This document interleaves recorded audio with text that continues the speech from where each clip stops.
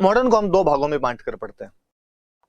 एक वह भाग जब अंग्रेज भारत में किस प्रकार स्टेब्लिश हुए, दूसरा वह भाग कि हमने उस अंग्रेजों के शासन के प्रति क्या रिएक्शन दिखाई, जिसे हम नेशनल मूवमेंट के नाम से जानते हैं। तो दो अलग अलग टुकड़े हो जाते हैं। आप जब प्री का सिलेबस उठा के देखेंगे तो प्री के सिलेबस के अंदर लिखा हुआ है कि हम 1750 के बाद वाला पूछेंगे, और मेंस के सिलेबस में लिखा हुआ है मॉडर्न इंडिया वाले में कि हम 1800 ईस्वी के बाद वाला पूछेंगे।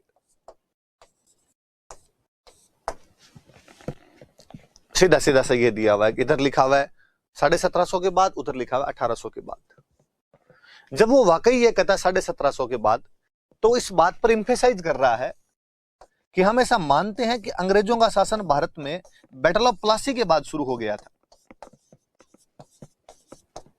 तो उसका कहना है कि बैटल ऑफ प्लासी जब हुआ था उसके बाद अंग्रेजों का राज्य भारत में स्थापित हो गया था। और कई ऐसे इतिहासकारों का, जिनमें अंग्रेजी इतिहासकार ज्यादा रहे, उनका यह मानना था कि प्लासी के युद्ध के बाद आधुनिक भारत प्रारंभ होता है, कि मॉडर्न इंडिया वहां से शुरू होता है जहां से अंग्रेज स्टेब्लिश हो गए थे, और अंग्रेजों का जो शासन की शुरुआत है उसको कहीं ना कहीं प्लासी के युद्ध से मानी जाती है 1757 में, जब वो बंगाल के अंदर अपने कठपुतली नवाब बनाने लागू कर देते हैं।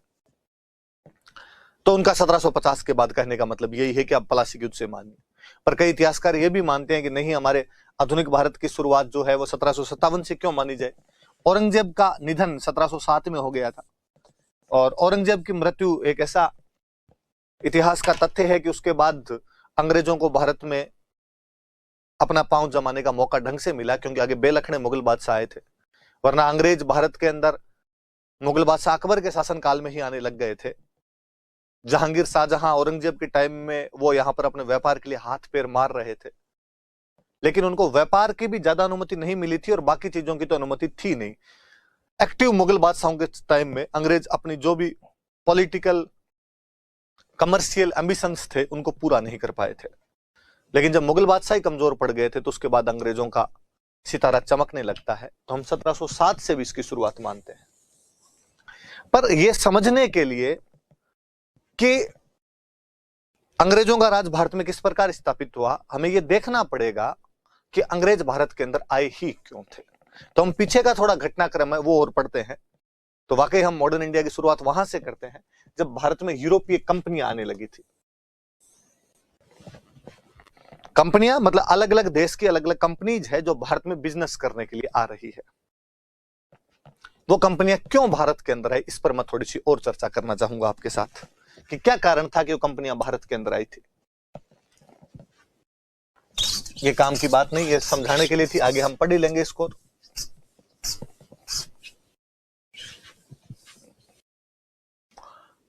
तो हम भारत में यूरोपीय कंपनियों के आगमन का क्रम पढ़ेंगे। तो एग्जैक्टली जब हम एंशिएंट पढ़ते हैं तो एंशिएंट के अंदर पढ़ते हैं कि हमारे और यूरोप के बीच में ट्रेड बहुत पुराना था। पोस्ट मौर्यन एम्पायर में, मौर्योत्तर काल के अंदर, जब हमारे साउथ इंडिया में संगम काल चल रहा था, उस समय रोमन एम्पायर के साथ हमारे बहुत अच्छे रिलेशन थे और रोमन एम्पायर के साथ हमारा बिजनेस हुआ करता था। रोमन एम्पायर के लोग डायरेक्टली हमारे यहां पर आते, अपना सामान दे के जाते और हमारा सामान यहां से लेके जाया करते थे। लेकिन धीरे धीरे धीरे धीरे उस व्यापार में एक मीडिएटर आया, और वो मीडिएटर थे अरब।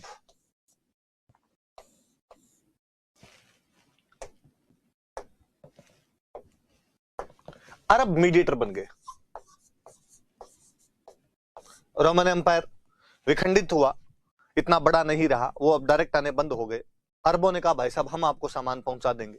तो अब ये सिस्टम था कि अपने इंडिया से सामान लेते अरब, और अरब ये सामान आगे ले जाके देते यूरोप। मीडिएटर, अरेबिक जो लोग हैं वो मीडिएटर की भूमिका निभाते हैं। गुजरात वाले तट से, इधर पश्चिमी तट से अपना व्यापार हुआ करता था ज्यादातर, इसलिए इधर वाले तट का नाम ही पड़ गया आपने तो अरब सागर, कि अरबों का व्यापार, अरब लोग अपने से ज्यादा व्यापार करते, हमसे चीज अरब लेके जाते, अरबों से चीज यूरोप के अंदर जाया करती थी।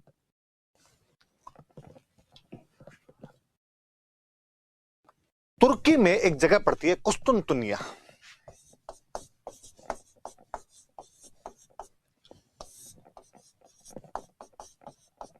कुस्तुनतुनिया नाम करके टर्की के अंदर एक जगह पड़ती है, इंग्लिश में कहते हैं कॉन्स्टेंटिनोपल। वो कॉन्स्टेंटिनोपल कह दो या आप उसको कुस्तुनतुनिया कह दो। रोमन एम्पायर के जब दो टुकड़े हुए, पहले रोमन एम्पायर पूरे यूरोप में एक रोमन एम्पायर हुआ करता था, ईसाइयों का राज्य था वहां पर। जब रोमन एम्पायर के दो टुकड़े हुए तो जो वेस्टर्न रोमन एम्पायर था उसकी राजधानी तो हो गई रोम, जो पहले पूरे की राजधानी थी, और जो ईस्टर्न रोमन एम्पायर था उसकी राजधानी हो गई कुस्तुनतुनिया, जो कि टर्की का एक शहर है। ये सेंटर पॉइंट था कि जो इंडिया से अरब सामान लेके जाते, वो कुस्तुनतुनिया तक जाते, उधर कुस्तुनतुनिया में उनको यूरोपियन मिलते और वो आगे यूरोपियन को सामान दे दिया करते, यूरोपियन से सामान अरब लेते और इंडिया के अंदर लेके जाया करते। अब जब मिडिवल भी पढ़ते हैं तब हम खूब सारी चीजें पढ़ते हैं, किस प्रकार हमारी यहाँ की चीजें उधर गई थी और धीरे धीरे वो, जैसे हम वो पढ़ते हैं दशमलव पद्धति जो है वो हमसे अरबों ने सीखी और अरब उसको हिंदसा बोलते थे क्योंकि हिंदुस्तान से सीखी थी, और आगे उन्होंने यूरोप को सिखाई, तो यूरोपियन आज भी उसको अरेबिक न्यूमेरिक बोलते हैं, अरब अंक पद्धति बोलते हैं। तो फ्लो इस प्रकार से हो रहा था।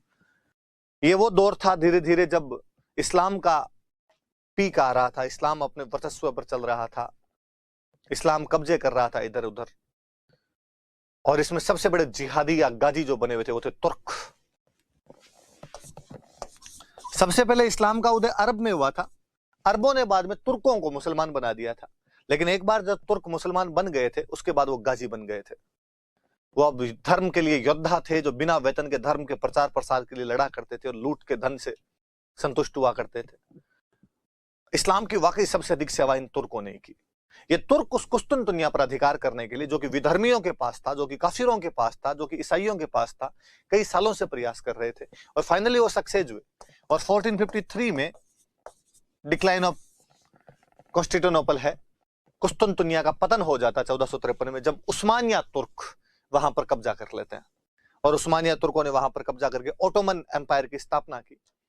खिलाफत साम्राज्य जिसको हम बोलते हैं, खलीफा बोलने लगे वहां का जो राजा होता था, खिलाफत साम्राज्य की या ओटोमन एम्पायर की वहां पर स्थापना कर दी, जो कि टिल 1924 तक, जब तक कि कमाल मुस्तफा पाशा क्रांति नहीं कर देते, वहां पर चलता रहा था। जब तुर्कों ने वहां पर कब्जा किया, कुस्तुनतुनिया पर कब्जा किया, तो तुर्कों ने ये जो ट्रेड रूट था इसको बंद कर दिया। अब उन्होंने धमकाया कि यदि किसी को इधर हमने सामान आते जाते देख लिया, ले जाते हुए, हम टांगे तोड़ देंगे, देख लेना, हमारे इधर से कोई भी बंदा गुजरना नहीं चाहिए साहब, ये हमारी टेरिटरी है, न तो कोई इधर से अरब सामान लेके आएंगे, ना कोई यूरोपीय इधर से सामान ले जाने के लिए आएंगे, बंद है। तो यूरोप में भारत का सामान जाना बंद हो गया। तुर्कों ने वो जो लैंड रूट था, वो जो व्यापारिक स्थल मार्ग था, उसको पूरी तरीके से बंद कर दिया। यूरोप के मार्केट में भारतीय मसाले, स्पाइसेस, उनकी बहुत ज्यादा डिमांड थी, और उसमें भी काली मिर्च।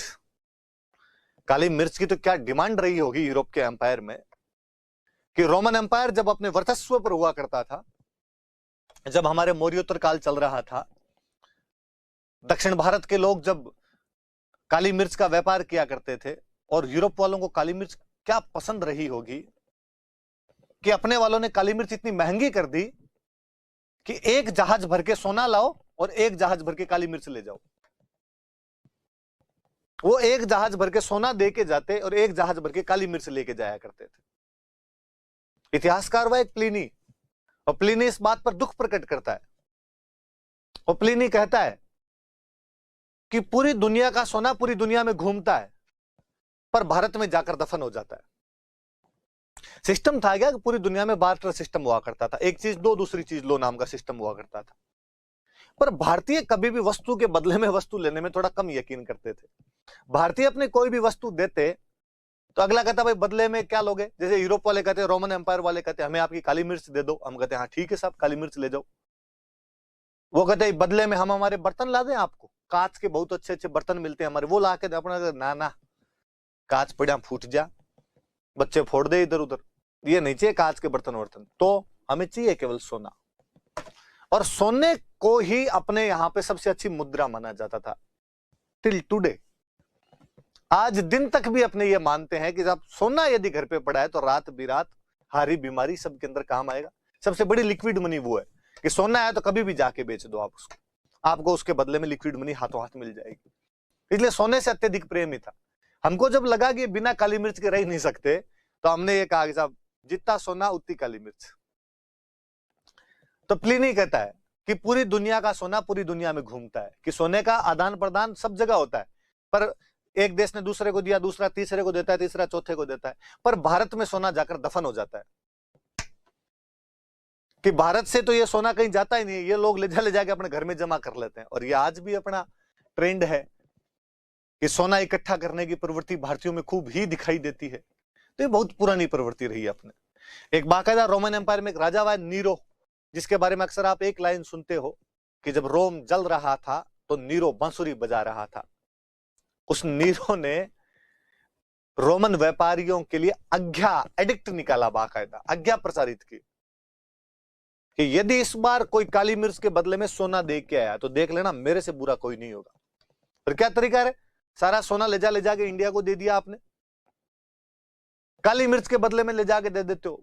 पर रोमन लोगों ने उस राजा की बात भी नहीं सुनी, और रोमनों ने कहा कि तुझे नहीं पता, ऐसा काली मिर्च से जो तरंग उड़ती है ना, तरंग, मजा आ जाते हैं यार उससे, और हमें काली मिर्च चाहिए। अपने भारत में क्या है कि वैसे तो सबसे पहले भारत पर यदि कोई फॉरेन अटैक हुआ था तो ईरानी लोगों ने किया था, पर्सियन जिनको हम बोलते हैं, ईरान के लोग थे, उन्होंने किया था। डेरियस नाम का एक राजा था जो भारत पर सबसे पहले अटैक करता है। बहुत पहले 515 बीसी के आसपास डेरियस ने अटैक कर दिया था। पर भारतीयों को डेरियस का अटैक को ज्यादा याद रहा नहीं। डेरियस आया, उधर अटैक किया, छोटे मोटे क्षेत्र पे कब्जा किया, वापस चला गया। भारतीयों को यदि कोई फॉरेन अटैक याद रहा वो था सिकंदर, जो कि ग्रीस से आया था, जिसको हम हमारी भाषा में यूनान बोलते हैं। उसका नाम अलेक्जेंडर था, पर हमारी भाषा में हम उसको सिकंदर कहते हैं। उसका अटैक हमें बहुत याद रहा। हमें खूब सारी कहानियां, हमें वो सिकंदर और पोरस की कहानियां याद रही। हमें याद रहा कि किस प्रकार सिकंदर व्यास नदी के किनारे से आकर लौट गया था। बच्चा बच्चा भारत के अंदर ये जानता है कि सिकंदर दुनिया जीतने के लिए निकला था। हम आज भी ऐसे मुहावरों का प्रयोग करते हैं कि जो जीता वही सिकंदर। तो सिकंदर का अटैक बहुत ज्यादा याद रहा। सिकंदर कौन? तो यूनानी। इसलिए हमने यूनानी शब्द को हमने एक नया नाम दिया, और हम उनको बोलते थे यवन। हमने कहा भाई भारत पर अपने यवनों ने अटैक किया, यवनों ने। और ये यवन शब्द इतना पॉपुलर हुआ कि कालांतर में भारत में बाहर से कोई भी अटैक करने के लिए आता, हम उसको कहते यवन। बाद में कोई शक, हूण, कुषाण आए, हमारे ग्रंथों में लिखा कि यवनों ने एक बार फिर आक्रमण कर दिया, भले वो यूनान से नहीं आए थे। कालांतर में कोई अरब, तुर्क, अफगान, मुगल आए, हमने कहा यवन वापस आ गए। बाद में कोई पोर्तुगीज, डच, डेनिश आए, हमने कहा यवन वापस आ गए। हम उनको यवन ही कहा करते थे। तो हम रोमन जो आए थे, हम रोमनों को भी यवन ही कहा करते। यवनों को क्या अच्छी लग रही है, क्या लेके जा रहे हैं? काली मिर्च। इसलिए काली मिर्च का नाम हमारे पुरानी संस्कृत पुस्तकों में यवन प्रिया मिलता है। वह प्रिय वस्तु जो यवनों को पसंद है, तो काली मिर्च पसंद थी उनको। तो अपने साथ मसालों का व्यापार वो लोग खूब ही किया करते। दूसरी चीजें भी जाया करती थी, सूती कपड़े अपने यहां से जाया करते थे, हाथी दांत की वस्तुएं जाती, चंदन की लकड़ियां जाती, खूब सारी दूसरी चीजें भी बेचते। पर मसालों वाली तो यूरोप के अंदर ज्यादा ही डिमांड थी अपने मसालों की वहां पर। अब मसाले जाने हो गए बंद। तुर्कों ने कहा कि ये तुम्हारी काली मिर्च है ना, ये व्यापार तुम्हारा बंद करो, हम नहीं जानते ये सब चीजें। तुर्क वैसे जाहिल बर्बर कौम थी जो लड़ना जानते थे, इसके अलावा कुछ जानते भी नहीं थे। जब उन्होंने कुस्तुनतुनिया पर कब्जा किया था तो वहां के सारे पुस्तकालय और विश्वविद्यालय तोड़ दिए थे। ईसाइयों का वो महान साम्राज्य जो कभी ज्ञान विज्ञान के लिए जाना जाता था, तुर्कों के एक आक्रमण में तहस नहस होकर भरभरा कर गिर गया था। अब साहब जब इस रूट से तो आपको आने ही नहीं देंगे, तो अब आप करोगे क्या? तो कहा दूसरा रूट ढूंढा जाए। तो किसी ने कहा पहले अपने भारत से डायरेक्ट ही जाया करते थे, अपने पास रूट था, पर वही लैंड रूट नहीं था, वो सी रूट था, समुद्री मार्ग से जाया करते थे। पर अब वो लोग भूल गए कि वो समुद्री मार्ग कौन से थे। शताब्दियां बीत गई थी, हजारों वर्षों का समय बीत गया था उसके बाद। तो दो देश, एक पुर्तगाल और एक स्पेन। मैं थोड़ा सा इसको मिटा रहा हूं, इतनी बात याद रखने वाली। कुस्तुनतुनिया का पतन कब हुआ था ये भी याद रखने वाली नहीं है, क्योंकि मिडिवल में, सॉरी, आप वर्ल्ड हिस्ट्री में इसको बहुत अच्छा सा पढ़ेंगे, पहले चैप्टर में पढ़ लेंगे आप। समझाने की बात ही, थोड़ा समझना आप चीजों को। दो देश, स्पेन और पुर्तगाल, इस मामले में सबसे आगे निकल रहे थे, और वो नए नए मार्गों की खोज कर रहे थे ताकि नए नए देश खोजे जाए और नए नए देशों के साथ व्यापार किया जाए। स्पेन में एक रानी थी इसाबेला, वो इन सब चीजों को प्रमोट कर रही थी। और एक पोर्तुगीज किंग हुआ करता था हेनरी। अरे हेनरी तो मतलब समुद्री यात्राओं को इतना ज्यादा प्रमोट किया करता था कि हमने हेनरी का नाम रख दिया हेनरी द नेविगेटर। हेनरी कौन सा? वो जो नाविकों को बढ़ावा देता है, वो खुद नाविक राजा है। दो लोग इस मामले में आगे निकले। इसाबेला को एक बंदा मिला, कोलंबस।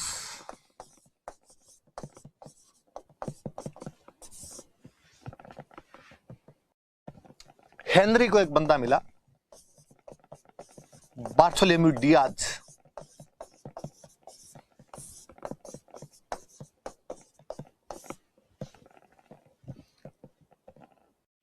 पहले स्पेन की रानी इसाबेला ने कोलंबस को कहा, कोलंबस जा इंडिया ढूंढ के आ, काली मिर्च लानी है अपने को इंडिया से। कोलंबस ने कहा कि मैं एक बड़ा सा जहाज दिया जाए, मुझे रुपए दिए जाए। इसाबेला ने कहा चिंता नहीं, इसको जहाज दिए जाए, इसको रुपए दिए जाए, इसके साथ सैनिक किए जाए, हथियार दिए जाए। कोलंबस इंडिया ढूंढने के लिए निकल रहा है। रास्ता त्रास्ता पता नहीं है, तुम खुद ढूंढोगे। कोलंबस निकला वहां से अपने जहाज को लेके। जहाज चल रहा है, धर मंझला धर कूंचा। फाइनली एक बंदरगाह पर उसको कुछ लोग दिखाई दिए। कोलंबस को नहीं पता था कि इंडियन लोग काले होते हैं। एग्जैक्टली हम काले ही हैं। हाँ भले शीशे में 4 बार चेहरा देख कर यूं को नहीं अपने गोरे हैं, या जैसे मेरे जैसा कोई बंदा इस बात पे राजी हो जाता है कि मैं काला नहीं हूं, कम गोरा हूं। पर हमें दुनिया तो काला ही मानती है कि दुनिया में 3 ही प्रकार की ब्रीड है, या तो गोरे हैं यूरोपियन लोग, या काले हम और अफ्रीकन, या पीले चाइनीज, कोरिया, जापानीज जो है ये लोग हैं। उसे ये पता था यार काले लोगों का देश है। एक बंदरगाह पर उसे खूब सारे काले लोग दिखाई दिए। उसने कहा जहाज रोको, यही इंडिया आ गया। उतरा और उतर के पूछा साहब ये इंडिया है? लोगों का ना, इट्स अमेरिका। उसे लगा गलत आ गए। उसको पता चला कि इंडिया ईस्ट में था, हम वेस्ट में आ गए। अब कोई नहीं, हमारे लिए तो ये इंडिया है। इसलिए उस वेस्ट वाले को भी इंडिया नाम दे दिया गया, जिसे अब हम वेस्ट इंडीज कहते हैं। कोलंबस उस साइड के अंदर चला गया था। हम कहते हैं उसने अमेरिका की खोज कर दी थी। बार्थोलोम्यू डियाज निकला वहां से। बार्थोलोम्यू डियाज अफ्रीका की तरफ आ गया। अफ्रीका के एकदम नीचे वाली टिप, लक्षता में हम जब वर्ल्ड ज्योग्राफी पढ़ाएंगे आपको तो और बताएंगे कि वो नीचे वाली जो टिप है उसका नाम है केप ऑफ गुड होप।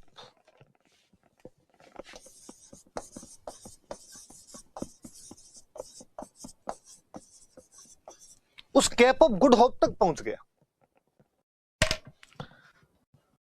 और वहां उसने जाके देखा, उस केप ऑफ गुड होप पे जाके देखा कि वहां कुछ इंडियन रहते हैं, कुछ जहाजें खड़ी है इंडिया की। उसने पूछा तुम कहां से आए? तो अपने नाम कहा हम इंडिया से। कैसे इधर? उनका हम व्यापार वगैरह करने के लिए आते रहते हैं, ज्यादा नहीं पर थोड़े बहुत लोग तो आते ही रहते हैं।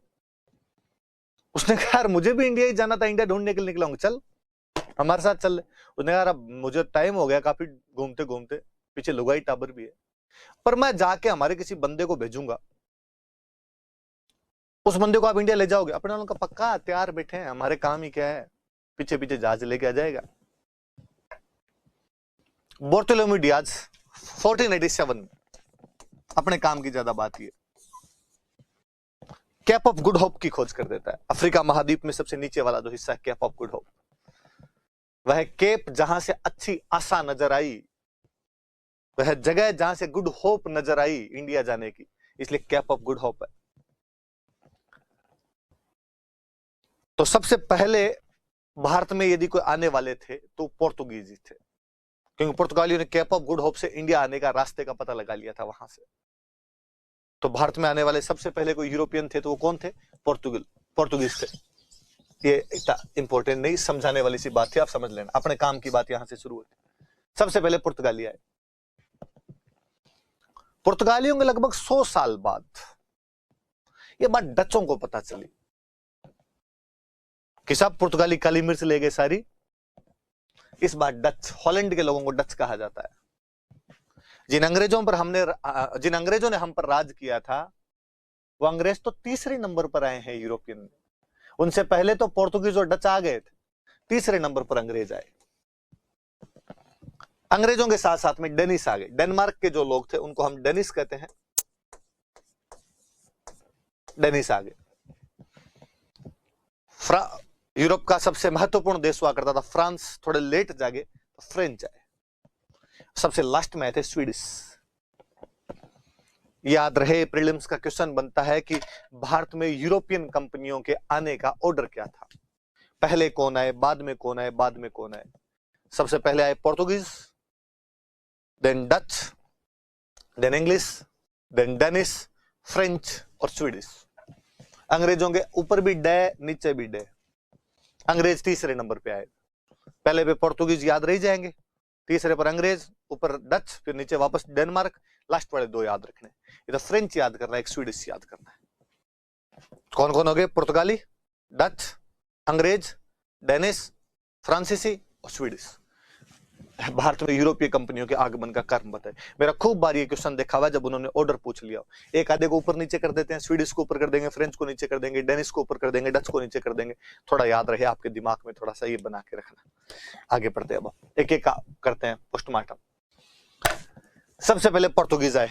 मैंने जैसा कि अभी आपको समझाया कि 1487 ईस्वी में बार्थोलोम्यू डियाज जो था, वो आपके केप ऑफ गुड होप, जो कि साउथ अफ्रीका के नीचे वाली टिप है, उसकी खोज कर देता है। इस केप ऑफ गुड होप को अपने वालों ने नाम दे दिया आसा अंतरीप। अंतरीप है भाई, ये ध्यान रखना। द्वीप नीचे वाली कैप होती है, उनको अपने हिंदी में अंतरीप बोल देते हैं। यहां से आसा नजर आई तो आसा अंतरीप। गया वापस बार्थोलोम्यू डियाज, और बार्थोलोम्यू डियाज ने जाके हेनरी को कहा कि किंग हेनरी, मैं इंडिया तो नहीं जा सका, पर मैंने वो पाथ, मैंने वो रास्ता, वो मार्ग जान लिया है जहां से होके इंडिया जाया जा सकता है। कैसे? तो कैप ऑफ गुड होप चले जाओ, वहां पे कुछ इंडियन मर्चेंट्स मिल जाएंगे, वो आपको इंडिया ले जाएंगे। सिंपल से तरीका है। कर ये बात ठीक है। कौन जाएगा? इस बार जिस बंदे को तैयार किया गया उसका नाम था Vasco D gamma. 1498 Vasco D gamma को भारत भेजा गया कि जाइए। 4 जहाजों के साथ में वास्को डी गामा को एक छोटी मोटी सेना देकर जब रवाना किया गया था, तो पुर्तगाल की राजधानी लिस्बन में समस्त चर्च में पादरियों द्वारा यह प्रार्थना करवाई गई कि हे जीसस, वास्को डी गामा को सफल करना, ताकि काली मिर्च ला सके, इंडिया प्राप्त कर सके। क्या रोमांच रहा होगा उनमें भारत के प्रति, क्या आकर्षण रहा होगा भारत के प्रति कि पूरा देश इस बात की प्रार्थनाएं, प्रेयर कर रहा था कि हमें इंडिया जाके आना है। वास्को डी गामा को इसके लिए तैयार किया जा रहा था। वास्को डी गामा वहां से निकलता है, केप ऑफ गुड होप तक